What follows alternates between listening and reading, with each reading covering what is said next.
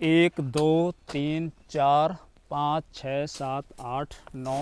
नमस्कार साथियों, आज हमने सरसों की थ्रेसरिंग का श्री गणेश कर दिया है। तो आज जिस खेत से हमने सरसों निकाली है उस खेत के अंदर हमने कौन सी वैरायटी लगाई थी, उसका क्या उत्पादन निकला है, हमारे आसपास में या पूरे अलवर जिले के अंदर अब की बार किस वैरायटी का उत्पादन ज्यादा निकल रहा है, और पूरे देश की अगर अपन बात करें तो अब की बार पिछले साल की तुलना में सरसों कम होगी या ज्यादा होगी। इसके अलावा जो घर वाला बीज था और जो बाजार से हम 1000 रुपए की 1 किलो सरसों लेके हमने अपने खेतों के अंदर बोई है, तो इन दोनों का अपन अंतर देखेंगे कि यार इनके अंदर क्या अंतर निकला है, क्या बराबर इनका उत्पादन निकलता है या फिर कुछ अंतर आता है इनके अंदर।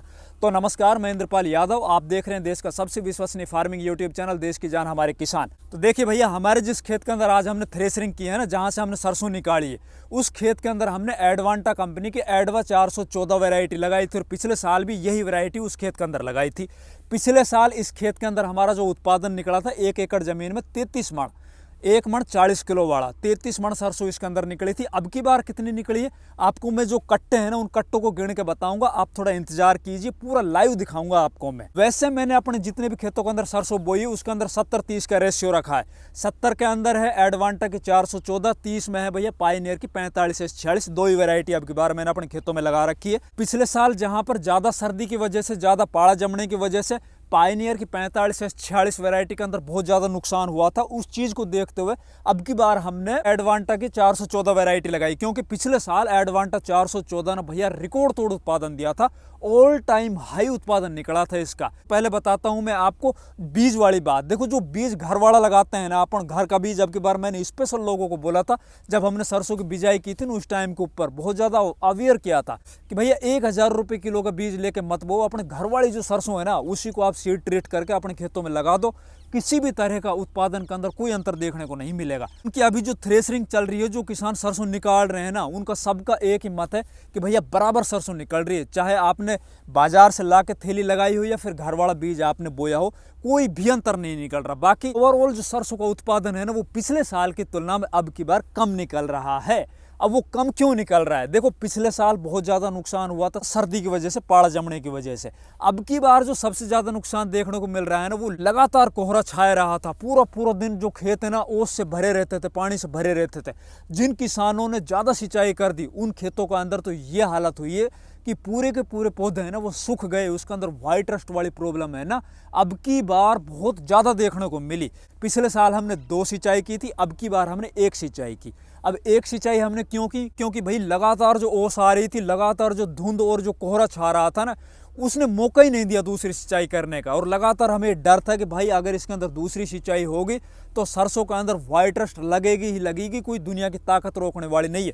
क्योंकि एडवांटा कंपनी का जो पौधा होता है ना, इसके जो पत्ते होते हैं वो चौड़े होते हैं तुलना में 45 से 46 से।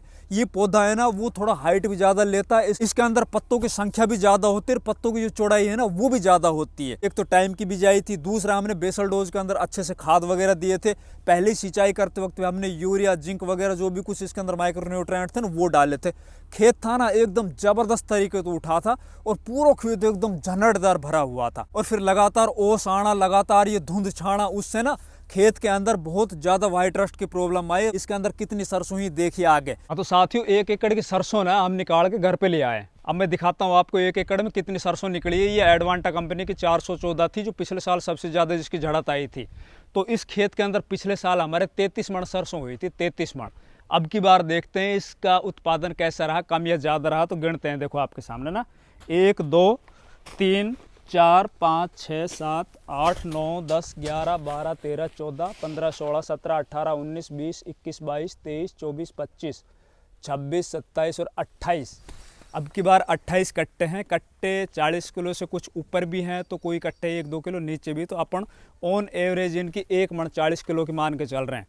तो 28 मण सरसों 1 एकड़ में अब की बार हुई है। इसी खेत में पिछले साल यही सिरसों थी, ये 33 मण हुई थी। तो अब की बार जो लगातार धुंध आई थी, लगातार जो ओस पड़ी थी ना कहीं उससे उत्पादन प्रभावित हुआ है। विशेषकर इस वैरायटी में उत्पादन ज़्यादा प्रभावित हुआ है, क्योंकि दूसरी जो अपन ने दूसरे खेतों के अंदर वैरायटी लगा रखी थी ना, पायनियर की 45-46, उसके अंदर पत्ते कम थे, नीचे से ब्रांचेज ज़्यादा थी, तो पिछले साल उसके अंदर ज़्यादा नुकसान हुआ था सर्दी का।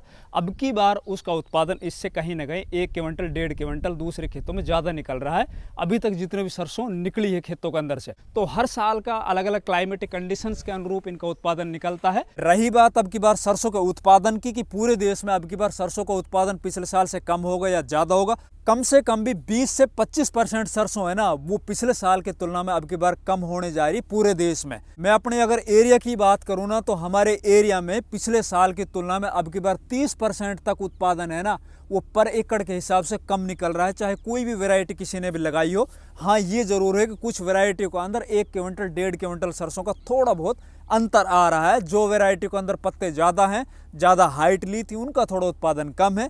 जिन वैरायटियों की थोड़ी हाइट कम होती, नीचे से ब्रांचेज होती, छोटे पत्ते होते हैं, उनका थोड़ा उत्पादन ज़्यादा है। तो साथियों, अगर आपने अपने खेतों से सरसों की थ्रेशरिंग कर ली, आपने सरसों निकाल ली, तो भैया कमेंट के माध्यम से बताइए आपने कौन सी वैरायटी लगाई थी और उसका कितना उत्पादन निकल रहा है, आप कहाँ से हो। दूसरा बताइए भैया बीज के बारे में, आपने अगर घर वाला बीज लगाया है ना अब की बार, तो उसका उत्पादन थैली वाली सरसों के उत्पादन के मुकाबले में कैसा निकल रहा है। वीडियो अच्छे लगे वीडियो को लाइक कीजिए, ज़्यादा से ज़्यादा चैनल को सब्सक्राइब कीजिए। धन्यवाद।